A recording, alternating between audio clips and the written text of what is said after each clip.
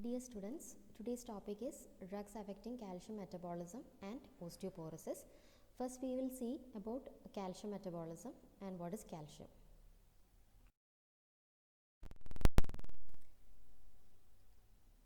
As you all know, calcium is the most abundant mineral in the body. It's a very important mineral, and calcium salts in bone provide structural integrity to the skeleton. It is the building block of skeleton, and calcium ions in extracellular as well as the cellular fluids is very important for the normal functioning of a host of biochemical processes. So for the normal functioning of a lot of things, calcium is utmost necessary. For example, for blood coagulation, for hormonal secretion, enzymatic regulation, neuron excitation, and even for neuromuscular excitability and signal transduction. So these are the physiological importance of calcium. Now coming to the normal intake of calcium.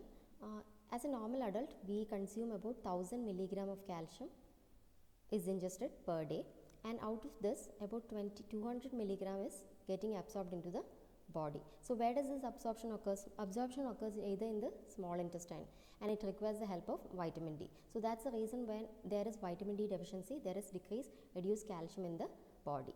So milk and dairy products, as we all know, contains a lot of calcium, especially the egg yolk, fish, beans, and cow's milk is also a very important source of calcium.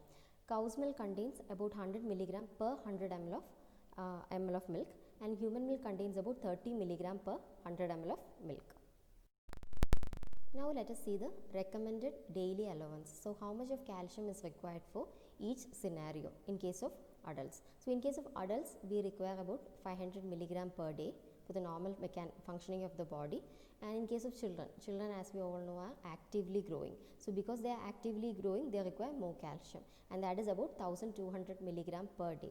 So what about pregnancy? In pregnancy, we need a lot of calcium for the skeletal framework of the fetus. So for that, even in case of lactation, we require about 1500 milligram per day of calcium. So where is it getting absorbed? In the body, calcium is getting absorbed in the first part and the second part of duodenum. So calcium absorbed gets against concentration gradient. So it is highly dependent on the concentration gradient. It goes from an area of higher concentration to an area of lower concentration, and it requires energy and a carrier protein. About 30 to 80% of the ingested calcium is absorbed and actively transported out of the intestinal cells with the help of calcium dependent ATPase. So this is the how the calcium goes in the body. Now what are the factors favoring calcium absorption? So factors favoring calcium absorption can be, first is acidic pH. So if there is an acidic pH in the stomach, there will be higher absorption, and presence of sugar, acids, organic acids, and citric acid. So if there is any acidic substance that like sugar acids or organic acids or citric acid, it can favor the absorption of calcium. So high protein diet, as in case of lysine and arginine. So if there is increased intake of food containing lysine and arginine, it will increase the absorption of calcium. Presence of vitamin D, as you all know, vitamin D is very much essential for the absorption of calcium. So if there is presence of vitamin D, if there is no deficiency of vitamin D, it will be a factor favoring calcium absorption. Now there is calcium phosphate ratio.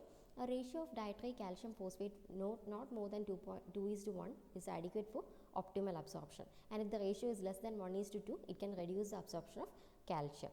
So state of the health and intact mucosa. So if you are a healthy adult, you will absorb about 40% of the dietary calcium. So if there is immunocompromised, if there is any disease going in your body, then the absorption of calcium will be greatly reduced. So parathormone also stimulates the activation of vitamin D, thus indirectly increasing the absorption of calcium. So these are the factors favoring calcium absorption. Now let us see what are the factors impeding or factors that decrease the calcium absorption. Factors inhibiting absorption of calcium. So there are a lot of factors that can promote calcium absorption, at the same time that can inhibit calcium absorption.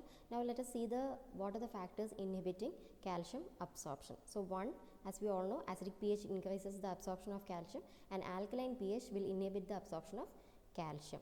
Now high fat diet, those who are consuming a lot of fatty food, it can lead to formation of calcium sorbs, that cannot be absorbed in the body. So presence of phytates and oxalates. So as you all know, the phytate rich foods are basically rice bran or sesame seeds, soybeans, tofu. So all these are phytate rich foods. So if you consume a lot of phytate rich foods or oxalate rich food, so oxalate rich foods are basically, it can be chocolate, spinach, beets, peanuts, rhubarb. So all these, if you are consuming in large quantities, it can lead to formation of insoluble calcium salts, which can lead to reduced absorption from the body. So dietary fiber in excess inhibits absorption. So dietary fiber, foods containing a lot of fiber containing, as in case of oats, so that can inhibit the absorption of calcium. Excess phosphates, magnesium and iron, that can decrease the absorption of calcium. And glucocorticoids, it can reduce the intestinal absorption of calcium. So that is the reason why if you are giving glucocorticoids for a prolonged period of time, it can lead to osteoporosis or reduced calcium in the body. So calcitonin reduces calcium absorption indirectly by inhibiting the activation of vitamin D. So calcitonin acts on reducing the vitamin D, that will indirectly decrease the absorption of calcium. Advancing age and intestinal inflammatory disorder. So those who are having inflammatory disorders of the bowel, and those who are having those who are of the elderly age group, there can be decreased absorption of calcium. So these are the factors impeding calcium absorption. Storage of calcium. So the primary site of storage of calcium is, as we all know, it is the bones. About 1000 gram is stored in the bones, and some amount of calcium can be stored within the cells, as in endoplasmic reticulum and the mitochondria. So bone is either produced by the osteoclast and it is broken down by the osteoclast. So the bone produced by the osteoblast can produce collagen, which is then mineralized by calcium and the phosphate. So the bone which is broken down by the osteoclast, it can cause an increased level of calcium inside the blood. So as we all know, there is a constant exchange of calcium between bones and the blood. Excretion of calcium. The major site of calcium excretion in the body is the kidneys. So usually calcium is excreted through the urine. So the rate of calcium loss and reabsorption at the kidney can be regulated. So regulation of absorption, storage and excretion of calcium results in maintenance of calcium homeostasis. So even the calcium turnover can be found out from the urinary excretion of calcium. Now let us see the action of parath hormone or the parathyroid hormone. The parathyroid hormone, which is also known as the parath hormone or the parathyrin, it's a hormone secreted by the parathyroid glands that can regulate the serum calcium concentration through the effects on bone, kidney and the intestine. So the overall action of parath hormone is to increase the plasma calcium levels by increasing the reabsorption of calcium from the kidneys and decreasing the plasma phosphate level by stimulating the excretion of plasma phosphate through the kidney. So parath hormone also acts indirectly on intestine by stimulating the active vitamin D synthesis. So in this diagram you can see how parath hormone acts. So whenever there is a hypocalcemia, that is low blood calcium, which will stimulate the parathyroid glands to secrete more parath hormone. So the parath hormone will activate the osteoclast. Calcium and phosphate ions released into the blood. That is, calcium will be taken up from the bone and it will be released into the blood. It will increase the calcium absorption from the food and it will promote activation of vitamin D and increase the calcium absorption. So whenever there is increased level of calcium, there will be a feedback. So feedback inhibition of parath hormone release. So that is how it works. Coming to the metabolism of vitamin D, as we all know, vitamin D3 is made in the skin from 7-dehydrocholesterol under the influence of ultraviolet light.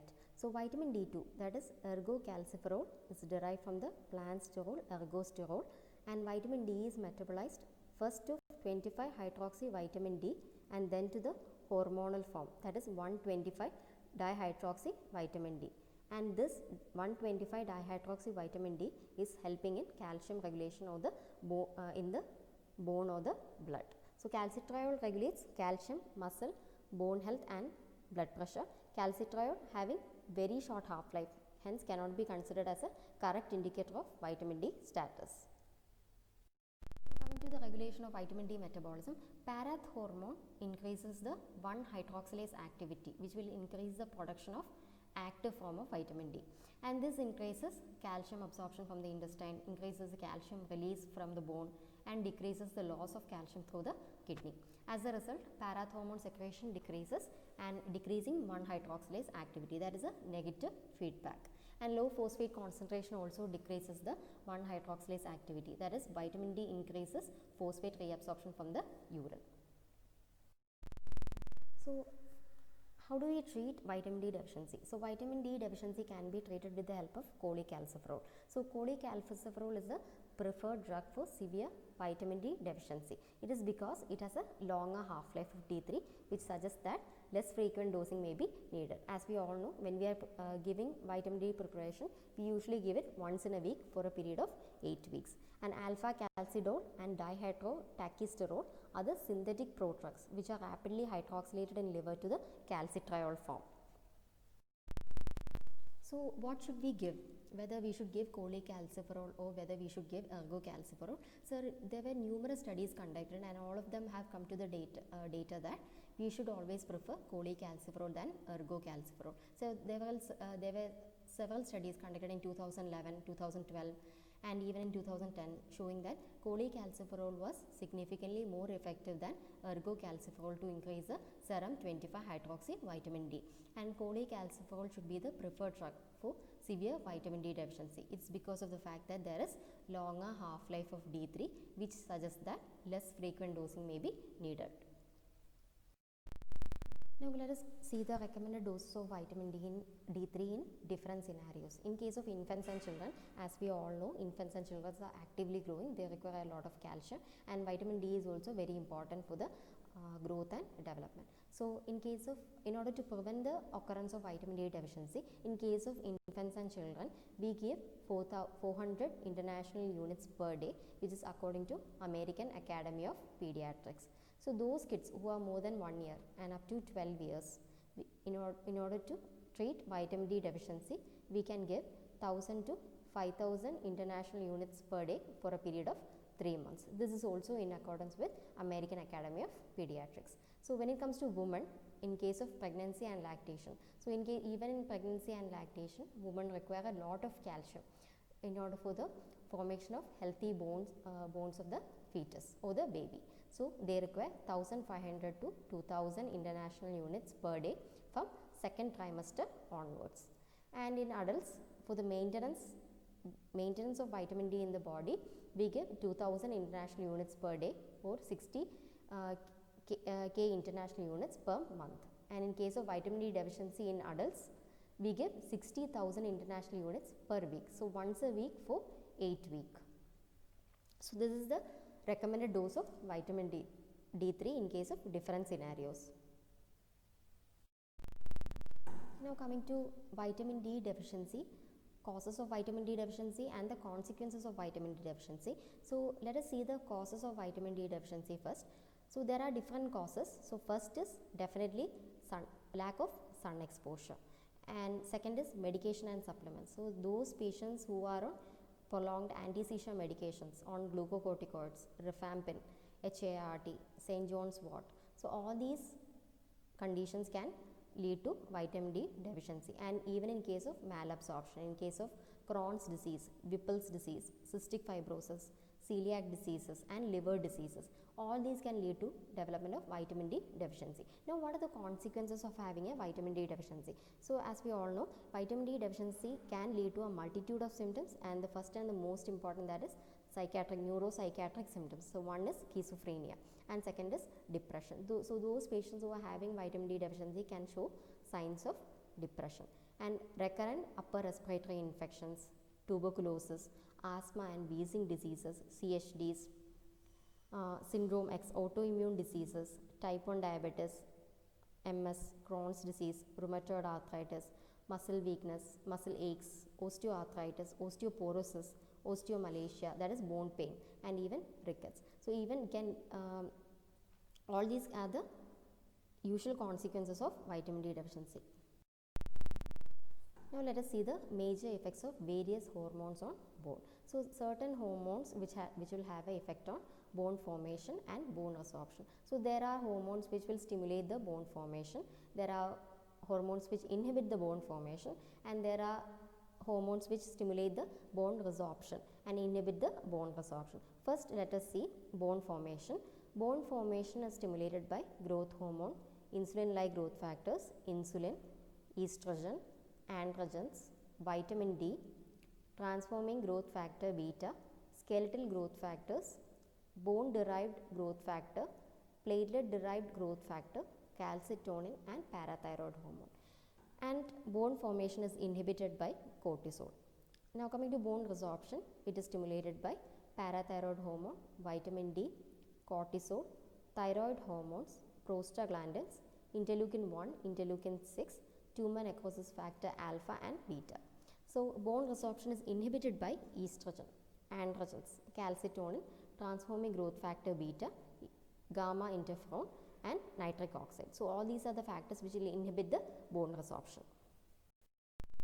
Calcitonin. Calcitonin is a peptide hormone secreted by the parafollicular cells of the thyroid gland in humans, and it is present in even many other animals as well. So it acts to reduce the blood calcium. So it is the hormone which will reduce the blood calcium and will oppose the effects of parathyroid hormone. So unlike parathyroid hormone and vitamin D, which increases the plasma calcium level, only calcitonin causes decrease in plasma calcium levels. So these are distinct from thyroid follicular cells by the large size, pale cytoplasm and small secretory granule.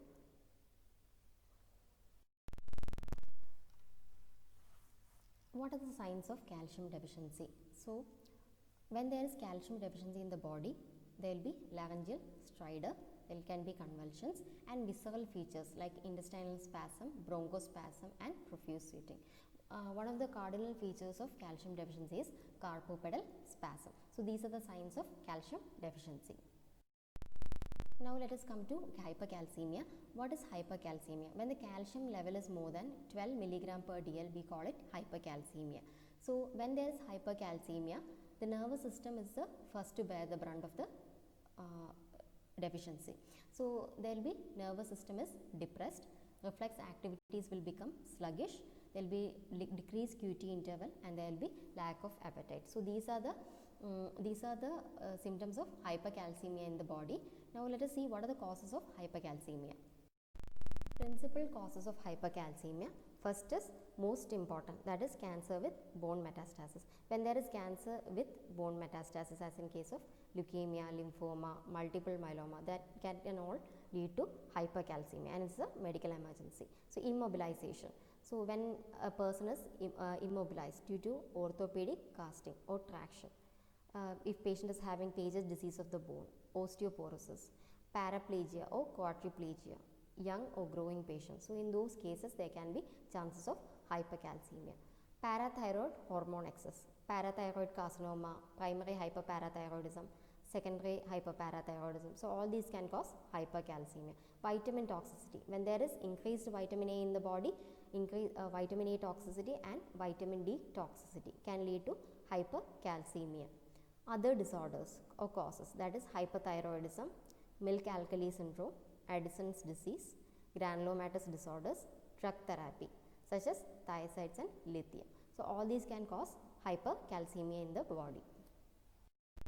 Now coming to the presentation of hypercalcemia. So how does a person with hypercalcemia present? So there is a mnemonic called stones, bones, abdominal moans, and psychic groans. So this is what describes the constellation of symptoms and signs of hypercalcemia. The history of hypercalcemia is dependent on its cause and sensitivity of the individual. So when there is a mild increase, it is usually asymptomatic or may have recurring problems like kidney stones. So when there is a rapid rise or severe hypercalcemia, it is a medical emergency and can have traumatic symptoms, that is confusion, lethargy, and can even lead to death. So these are the presentations of hypercalcemia in a person. Treatment of hypercalcemia. Treatment of hypercalcemia first can be either oral phosphate, IV saline or diuretic, and bisphosphonates. It depends on the amount of calcium that is increased. So if the serum calcium is less than 11.5 with mild symptoms or no kidney disease, then we can give oral phosphate. So if the serum calcium is less than 18 but more than 11.5, we can either give IV saline and diuretic, that is furosemide, for more rapid correction. And those who are having moderate symptoms, we can give bisphosphonates or other calcium lowering drugs for serum calcium less than 18 milligram per dl or greater than 11.5 milligram per dl. There are different preparations of calcium. One is calcium carbonate, next is calcium citrate, glycerophosphate, lactate, gluconate and heptagluconate. So these are the different preparations of calciums available for treatment of calcium. Now coming to the therapeutic uses of calcium. Calcium, as we all know, the first and foremost is to correct calcium deficiency and can be given prophylactically in those patients who are having who are postmenopausal, that is after menopause, for prevention of osteoporosis, rickets and osteomalacia, removal of parathyroid adenoma, chronic kidney disease as phosphate binders, hypermagnesemia, hypercalcemia, cardiac arrest and placebo, that is calcium gluconate. So these are the therapeutic uses of calcium. Non-hormonal agents affecting calcium balance. So mainly these are drugs that will affect the calcium balance. So bisphosphonates, that is first generation, etitronate, clotronate, second generation alletronate, pamitronate and ibandronate, and third generation, that is recitronate, solandronate. So these are basically synthetic pyrophosphate derivatives. Selective estrogen receptor modulators or SERMs. So these are now being used as a treatment for breast cancer, osteoporosis and postmenopausal symptoms, as these drugs have features that can act either as a estrogen agonist and as an antagonist depending on the target tissue. So it can either act as an agonist or as an antagonist. Strontium granulate, a strontium salt of granularic acid, is a medication for osteoporosis. So studies indicate it can also slow the course of osteoarthritis of the knee. So the drug is unusual in that it both increases deposition of new bone by osteoblast and reduces the resorption of bone by osteoclast. It is therefore promoted as a dual action bone agent. Now there are lots of studies which show that it can increase the chance of significant heart attacks and blood clots in patients taking strontium granulate and compared to those who were not. So this is the reason why it is no longer marketed in the UK. Now coming to the last slide of calcium metabolism, last is thiazide diuretics. So they reduce renal calcium excretion, they also reduce hypercalciuria and reduce incidence of calcium oxalate stones. They increase the effectiveness of parathormone induced calcium reabsorption. So this will be continued in treatment of osteoporosis, and all the drugs that are used in treatment of osteoporosis will be dealt with in later. So that will be the coming slide. Okay, that's all about calcium metabolism. Thank you all.